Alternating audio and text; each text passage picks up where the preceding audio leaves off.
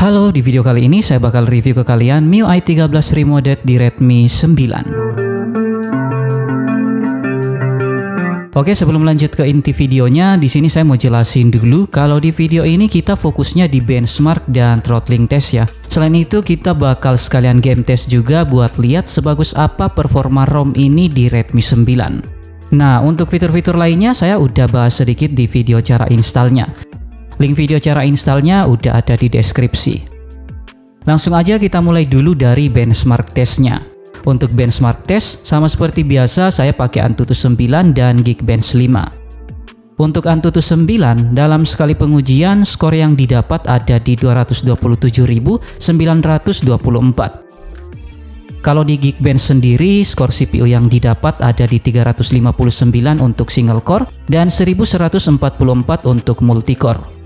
Terus untuk GPU-nya, skor yang didapat ada di 1157 untuk OpenCL dan 1190 untuk Vulkan.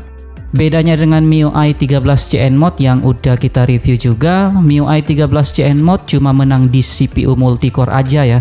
Sisanya masih mirip-mirip lah. Perbedaan Antutunya juga cuma beda 2000-an aja.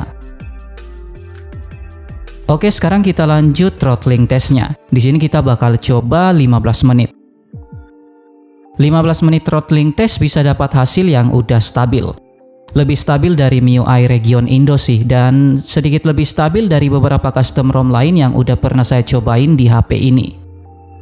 15 menit throttling test bisa dapat hasil 91% max performance dengan rata-rata 138 ribuan jips. Sekarang kita lanjut untuk game testnya. Untuk game test saya cuma sempat buat coba ML aja. Tapi selain ML, saya juga bakal tes emulator Aether XX2. Dan untuk gamenya kita bakal coba Tekken 6. Main Mobile Legends di ROM ini bisa ngasih performa yang udah dijamin ngebut ya. Grafiknya udah bisa sampai ultra. Main sekitar 15 menitan atau satu match di mode klasik di settingan grafik ultra bisa ngasih gameplay yang smooth banget dan jarang ngalamin drop sekalipun dalam posisi lagi war. Framenya stabil di kisaran 57-60 fps dan itu udah jarang banget ngalamin drop. Suhunya juga stabil di kisaran 40 derajat dan itu masih tergolong wajar. Terus untuk konsumsi baterainya sendiri selama 15 menit itu berkurang sekitar 5-6%. Untuk main emulator Aether XX2 lag banget ya. Jadi ROM ini nggak recommended kalau mau dipakai buat main game-game PS2. Kalau untuk emulator PSP sih masih oke. Ini juga udah saya set ke yang paling rendah tapi tetap aja lag parah. Tapi ini juga balik lagi sama spek HP-nya. Redmi 9 memang bakal ngos-ngosan sih kalau dipaksa buat main emulator PS2.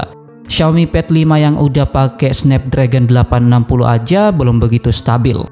Solusinya kalau pengen main-main game PS2 sih ya mending pakai laptop aja atau sekalian beli PS2.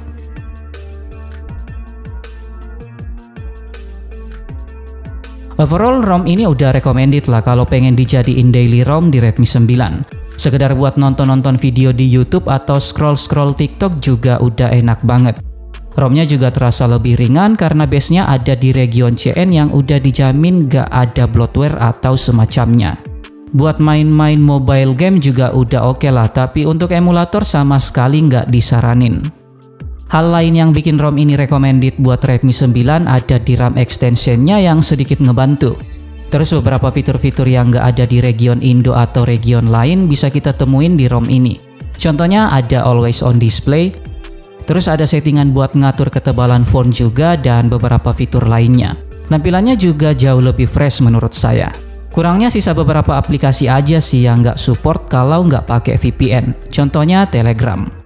Selain itu, mode dan fitur yang ada di app kameranya juga masih gitu-gitu aja. Selebihnya udah oke. Nah, kalau masih ada yang belum kita bahas di video ini, kalian tinggal tanyain aja di kolom komentar. Jadi itu dia review dan game test MIUI 13 remodded Redmi 9. Terima kasih sudah menonton video ini, tetap positif, rendah hati, dan sampai jumpa di video selanjutnya.